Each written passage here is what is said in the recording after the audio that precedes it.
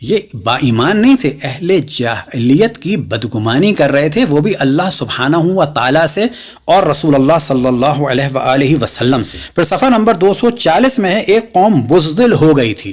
اب اگر کہا جائے بھاگنے والے بزدل تھے، یعنی بزدل، بز کہتے ہیں بھیڑ کو یا بکری کو، یعنی بکری کے دل والے تھے، اس کے مقابلے میں ہوتا ہے شیر دل۔ تو ظاہر ہے بھاگنے والے شیر دل نہیں ہوتے، بھاگنے والے کرار نہیں ہوتے، وہ فرار ہی ہوتے ہیں، بھاگنے والے بزدل ہوتے ہیں، شیر دل نہیں ہوتے۔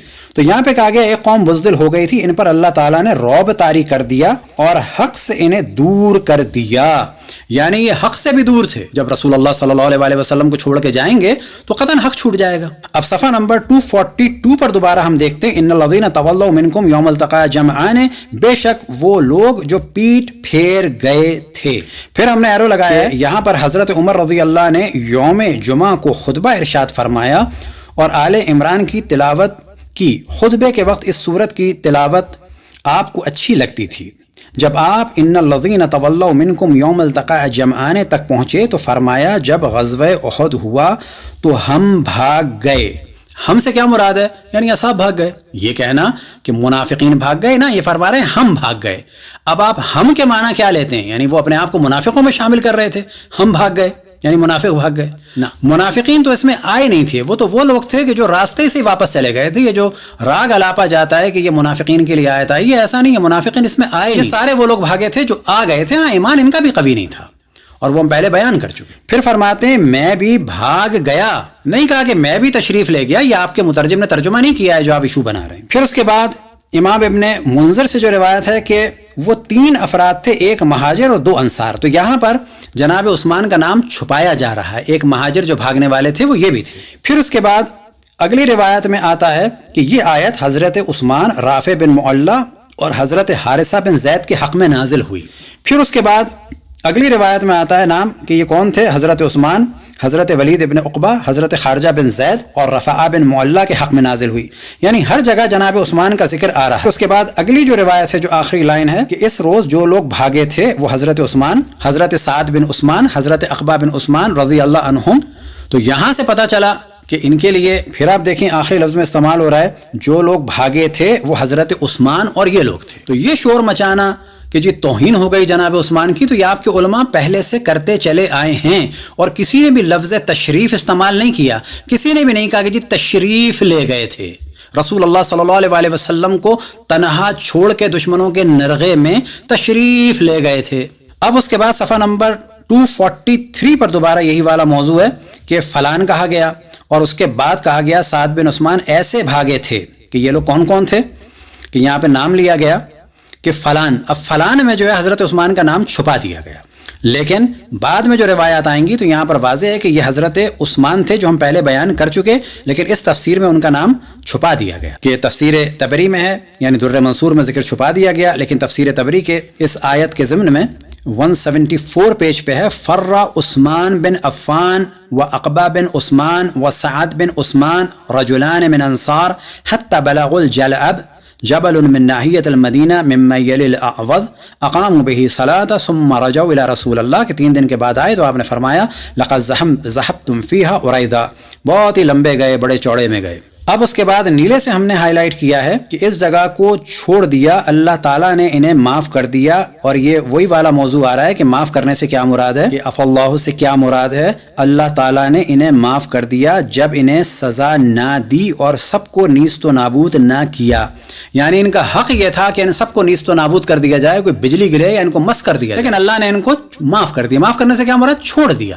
چھوڑنے سے کیا مراد ہے؟ یعنی دنیا میں سزا نہیں دی۔ بالکل ایسا ہے جیسے کسی زنا کرنے والے کو کہا جائے کہ جس پہ عذاب نہیں آیا، اللہ نے اس کو چھوڑ دیا، اللہ نے اس کو معاف کر دیا۔ معاف کرنے کے معنی ہوتے ہیں چھوڑ دیا، لیکن کیا اس کے معنی یہ ہے کہ یہ اس کا بلند مقام ہے، یعنی اس پر اس وقت عذاب نہیں آیا۔ اب تیسیر الباری آپ کے سامنے ہے اور علامہ وحید الزمان صاحب کا ترجمہ ہے، جلد نمبر 4 ہے، اور یہاں پر جناب عثمان کے لیے جو انہوں نے لفظ استعمال کیا ہے کیونکہ اس پر ایشو بنایا، کیونکہ علامہ یاسین قادری صاحب عربی میں پڑھ رہے تھے اور اردو میں ترجمہ فرما رہے تھے، تو گو کہ اویس ربانی صاحب نے بھی کہا کہ جو ترجمہ ہے وہی کریں۔ ظاہر فرار کا ترجمہ بھاگ نہیں آئے گا، کہیں بھی دنیا میں فرار کا ترجمہ تشریف نہیں ہے، اور یہ جو کہا جا سکتا ہے کہ صحیح بخاری کے پہلے ترجموں میں سے ایک ترجمہ ہے علامہ وحید الزمان صاحب کا، وہ فرماتے ہیں کہ جب عبداللہ ابن عمر سے کسی نے سوال کیا کیا تم جانتے ہو کہ عثمان احد کے دن بھاگ نکلے تھے؟ انہوں نے کہا ہاں بے شک، اور ریڈ سے ہم نے ہائی لائٹ کیا ہے کہ ان عثمان فرا یوم احد، فرا کے معنی یہی ہے کہ فرار کر گیا۔ اب آپ کے سامنے دوسری جلد ہے، یعنی جلد نمبر 5 ہے، وحید الزمان صاحب کا ترجمہ ہے، اور یہاں پر ہیڈنگ ہے باب غزوات احد، باب جنگ احد کا قصہ، اور اس کے ضمن میں آپ دیکھیں کہ بار بار یہ والا موضوع ہے کہ خدا نے اپنا وعدہ تم کو سچا کر دکھایا، تمہاری فتح ہوئی یعنی بدر میں، پھر جب تم نے بزدلی کی یعنی شیر دلی نہیں کی، بزدلی کی، اور پیغمبر کے حکم کو نہ سنا، لگے اختلاف کرنے، اور جو امر تم چاہتے تھے یعنی فتح، اس کو دیکھ کر بھی تم نے پیغمبر کی نافرمانی کی۔ کوئی تو دنیا کے پیچھے پڑ گیا، وہ کون تھے؟ جو عورتوں کی پنڈلیاں دیکھ کے، پازیب دیکھ کے، اور بریکٹ میں لکھا ہے لوٹ کی فکر میں۔ اب یہ وحید الزمان صاحب یعنی لوٹ کے چکر میں رسول اللہ کی بھی مخالفت کر دی، یعنی رسول اللہ کو عادل نہیں سمجھ رہے تھے، ورنہ وہ یہ کہتے کہ جب ہمیں کھڑا کیا ہے تو ہمیں مال غنیمت ملے گا۔ لوٹ کی فکر میں، اور کوئی آخرت کے خیال میں تھا۔ کون تھے آخرت کے خیال میں؟ جو نہیں بھاگے۔ اللہ نے تم کو دشمنوں کی طرف سے پھرا دیا، تم بھاگ کھڑے ہوئے۔ پھر انہوں نے کہا تم بھاگ کھڑے ہوئے، کس کے لیے کہا؟ جو لوگ بھاگ گئے۔ یہ نہیں کہا کہ آپ لوگ تشریف لے گئے، اس میں تمہارا آزمانا بھی منظور تھا، اور اللہ تمہارا یہ قصور احد کے دن بھاگنا معاف کر چکا ہے۔ پھر انہوں نے بھاگنا استعمال کیا، لیکن معاف کر چکا ہے کہ کیا معنی ہے وہ ہم پہلے بیان کر چکے ہیں۔ اور اب آپ کے سامنے صفحہ نمبر 303 ہے، اور پارہ نمبر ہے 16، اس کے نمبر بالکل الگ ہیں۔ تو یہاں پر بھی آپ دیکھتے ہیں کہ بھاگ نکلے، اور پھر اس کے بعد دوبارہ ہے کہ یہ بھاگ نکلے، ان کی وجہ 70 مسلمان شہید ہو گئے۔ پھر ابو سفیان آیا اور ایک اونچے مقام پر چڑھ کر پکار کر کہنے لگا، مسلمانوں میں محمد زندہ ہیں؟ آپ نے فرمایا، یعنی رسول اللہ صلی اللہ علیہ وسلم نے فرمایا، خاموش رہو، کچھ جواب نہ دو، کیونکہ پھر یہ حملہ کر دے۔ پھر کہنے لگا، اچھا ابو قحافہ کے بیٹے یعنی ابو بکر زندہ ہیں؟ آپ یعنی رسول اللہ صلی اللہ علیہ وسلم نے فرمایا، چپ رہو، کچھ جواب نہ دو۔ پھر کہنے لگا، اچھا خطاب کے بیٹے عمر زندہ ہیں؟ اب ابو سفیان کہنے لگا، بس معلوم ہو گیا یہ سب مارے گئے، اگر زندہ ہوتے تو جواب دیتے۔ اب یہ دیکھیں کہ رسول اللہ صلی اللہ علیہ وسلم کہہ رہے ہیں کہ جواب نہ دو، وہ فرما رہے ہیں کہ بھاگو نہیں، تو یہ بھاگ رہے ہیں، خصوصاً جناب عمر، اور اب یہ فرما رہے ہیں رسول اللہ صلی اللہ علیہ وسلم کہ جواب نہ دو، خاموش رہو تاکہ لشکر آ جائے، ہماری جان کو خطرہ نہ ہو۔ تو جناب عمر نے کیا کیا؟ رسول اللہ صلی اللہ علیہ وسلم کو خطرے میں ڈالا، اگر زندہ ہوتے تو جواب دیتے۔ یہ سن جناب عمر سے رہا نہ گیا، یعنی بھاگنے میں بھی نہ رہا گیا، اور یہاں رسول اللہ کی پھر مخالفت کی، بے اختیار کہہ اٹھے، ارے خدا کے دشمنوں، تو جھوٹا ہے، اللہ نے ابھی ان کو تجھے ذلیل کرنے کے لیے قائم رکھا ہے۔ یعنی رسول اللہ صلی اللہ علیہ وسلم فرما رہے ہیں کہ نہ بتاؤ کہ اس وقت ہم لوگ یہاں پر ہیں، یہ فرما رہے ہیں کہ رسول اللہ صلی اللہ علیہ وسلم کو زندہ رکھا ہے۔ اس دوران ابو سفیان نے ظاہر حملہ کرنا چاہا، اور مولا امیر المؤمنین علیہ السلام نے رسول اللہ صلی اللہ علیہ وسلم کا دفاع کیا، جبکہ حضرت عمر نے ابو سفیان کے ہاتھوں رسول اللہ صلی اللہ علیہ وسلم کو شہید کرانے کی کسر نہیں چھوڑی تھی، اور پھر دوبارہ رسول اللہ صلی اللہ علیہ وسلم کی مخالفت کی۔ اب یہاں پر ایک ایشو یہ اٹھایا کہ جب ان ذوالفقار صاحب نے، در حقیقت ذوالفقار تو نہیں ہیں، سیف الشیطان ہیں ضرور، انہوں نے کہا کہ جی آپ یہ نہ کہیں فرار، جبکہ یہاں سب فرار آ رہا ہے، بھاگنا آ رہا ہے، تو کہنے لگے آپ کے تشریف لے گئے۔ تو اس پر یاسین قادری صاحب نے فرمایا، نہیں، تشریف دکھا کے آگے چلے گئے، یعنی اس قسم کا جملہ تھا کہ تشریف پیچھے کر کے نکل گئے، یعنی تشریف ہمارے یہاں عام طور پہ اردو میں کہا جاتا ہے کولوں کو۔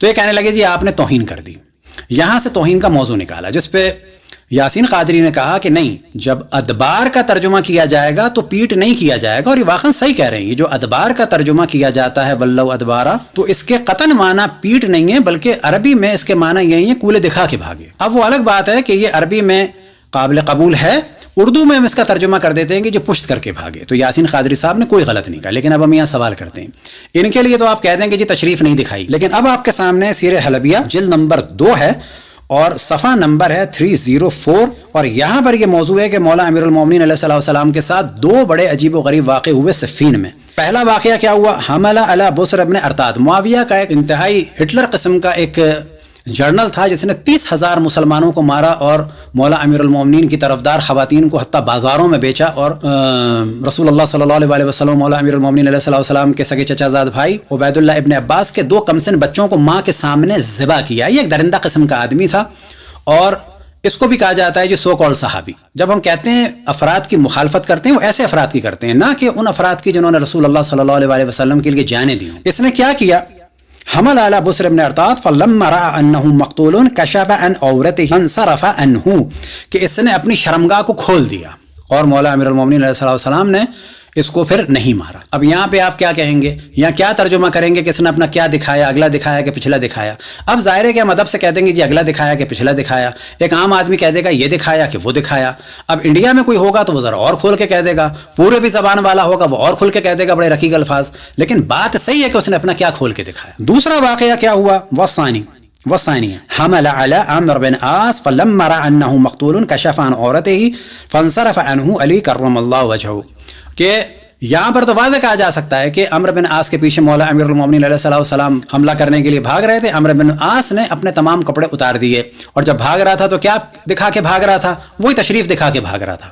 یہاں پہ تو کہنا ہوگا کہ اس نے اپنا کولا دکھایا، اور ممکن ہے کہ انڈیا وغیرہ میں جہاں پر بعض اور الفاظ استعمال ہوتے ہیں تو کوئی اور الفاظ بھی استعمال کر دے کہ اس نے اپنی وہ چیز دکھا دی۔ اب ظاہر ہے پیچھے مولا امیر المومنین جب تھے تو کہا جائے گا کولا دکھا کے بھاگا، آگے والے اس کا دوسرا حصہ دیکھ رہے ہوں گے۔ اب آپ کے سامنے سیرت النبویہ لابن ہشام جلد نمبر ہے 3، اور یہاں کے حاشیے میں بھی یہی ہے کہ بسر بن ارطاط اور عمرو بن عاص نے اپنی شرمگاہ کو کھولا اور اس کے ذریعے سے اپنی جان بچائی۔ پھر روض العنف ہے اور جلد نمبر ہے 2، اور یہاں پر بھی یہی والا موضوع ہے کہ حمل علی بسر بن ارطاط فلما رأى انه مقتول کشف عن عورته، اور اسی طرح سے عمرو بن عاص نے بھی اپنا جسم کھول دیا۔ اب جب جسم کھولا تو ظاہر ہے جب بھاگ رہے ہیں تو پیچھے ان کے کولے نظر آ رہے ہیں اور آگے والوں کو ان کا اگلا حصہ نظر آ رہا ہے۔ اب آپ کہیں گے جی آپ کہیے کہ ان کے کولے شریف نظر آ رہے ہیں اور آگے والے کے لیے کہیں جی فلانا شریف نظر آ رہا ہے، تو آپ یہ کہتے رہیں۔ یہ بالکل ایسا ہے جیسے کہ حضرت عمر نے خالد بن ولید کے لیے کہا تم نے ایک اقتلت امرا مسلما ونضوت علی امرته، کہ تم نے ایک مسلمان کو مارا، اس کی بیوی کے اوپر چڑھ دوڑے اور اس کے بعد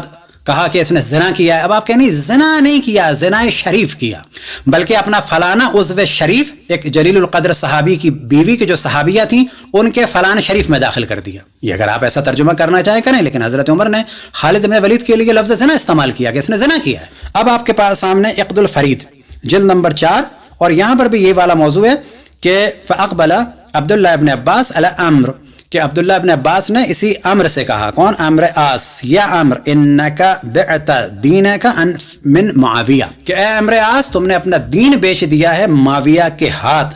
اور پھر اس کے بعد مذمت کے اور جملے کیا ہے، وَلَقَدْ كَشَفْتَ فِيهَا عَوْرَتَكَ، اور تو نے اپنی جان بچانے کے لیے جنگ صفین میں اپنی شرمگاہ کو کھول دیا۔ یعنی جب مولا امیر المومنین پیچھے ہیں تو انہوں نے ظاہر پیچھا چھوڑ دیا کہ کیا اس ننگے آدمی کو دیکھا جائے، لیکن لوگوں نے اس کا پیچھا بھی دیکھ لیا، لوگوں نے اس کا آگا بھی دیکھ لیا، بقول آپ کے اس کی تشریف بھی دیکھ لی، آگے والے کے لیے بھی لفظ استعمال کر لیا، اب ان کا کیا شریف دیکھا۔ اب یہاں پر مولا علی کی کرامت بیان کر دیتے ہیں، کیونکہ گفتگو تھی مولا علی کے فضائل کے بارے میں۔ تاریخ طبری آپ کے سامنے ہے۔ حضرت علی کی شجاعت ابو رافع سے مروی ہے کہ جب علی ابن ابی طالب نے مشرکین کے علمداروں کو تحت کر دیا، رسول اللہ صلی اللہ علیہ وسلم کی نظر مشرکوں کی ایک اور جماعت پر پڑی، آپ نے علی سے کہا کہ اس پر حملہ کرو۔ انہوں نے حملہ کر کے اس جماعت کو منتشر کر دیا اور بنی عامر بن لوی کے شیبہ بن مالک کو قتل کر دیا۔ حضرت جبرائیل علیہ السلام نے رسول اللہ صلی اللہ علیہ وسلم سے کہا یہ ہے ہمدردی یعنی مواسات۔ آپ نے فرمایا بے شک علی مجھ سے ہے اور میں ان سے ہوں۔ جبرائیل نے کہا اور میں آپ دونوں کا تیسرا ہوں۔ نیز صحابہ نے یہ آواز بھی سنی، لا سیف الا ذوالفقار، لا فتح الا علی، تلوار صرف ذوالفقار ہے اور جوان مرد صرف علی ہے۔ کیا مراد؟ بات بہت واضح ہے کہ جو بھاگ گئے بالکل جوان مرد نہیں تھے۔ یہ جو انہوں نے پھر صیغہ استعمال کیا کہ مجھے کہنے دیں کہ عورت آ رہا ہے اور مرد جا رہی ہے، تو یہاں پر دیکھیں کہ یہی مفہوم نکل رہا ہے کہ اور جوان مرد صرف علی ہے۔ جوان مرد صرف علی ہے، اس کے معنی کیا ہوئے؟ باقی جو ہے وہ مرد نہیں ہیں۔ اب آپ ان کے لیے صیغہ مذکر کا استعمال کرتے رہیں، لیکن جب یہ ندا آ گئی اللہ سبحانہ و تعالیٰ کی جانب سے لا فتح الا علی، یعنی دوسرے جو ہیں وہ مرد واقعی نہیں ہیں، اب آپ ان کے لیے لفظ مذکر استعمال کرتے رہیں، صیغہ مذکر کا استعمال کرتے رہیں، لیکن وہ ہیں عورت۔ اور وہ جو عورت آئی، ایک صحابیہ آئیں رسول اللہ صلی اللہ علیہ وسلم کا دفاع کرنے کے لیے، واقعاً انہوں نے مردانہ کام کیا۔ اسی وجہ سے بعض دفعہ خواتین کو کہا جاتا ہے کہ مرد مارنی خاتون، شیر دل خاتون، اور ایسے مردوں کے لیے کہا جاتا ہے بزدل اور نہ مرد اور نہ جوان۔ دعا ہے کہ خداوند تبارک و تعالیٰ تمام مسلمانوں کو توفیق عطا فرمائے کہ رسول اللہ صلی اللہ علیہ وسلم ان کے اہل بیت کو پہچانے، اور یہ جو بغض کا ماحول ہے خصوصاً اہل حدیث میں، دیوبندیوں میں اور حتیٰ اب بریلویوں میں بھی، کہ اہل بیت کے فضائل کو چھپا رہے ہیں، ان کے فضائل کو نہ چھپائیں۔ شیعوں کے بغض میں اپنے رسول کی اولاد سے دشمنی نہ کریں۔ آپ اگر اپنے آپ کو پکا مسلمان سمجھتے ہیں تو آپ کو تو رسول اللہ صلی اللہ علیہ وسلم کے اہل بیت کا زیادہ دفاع کرنا چاہیے۔ وصلی اللہ علی محمد و آلہ الطاہرین۔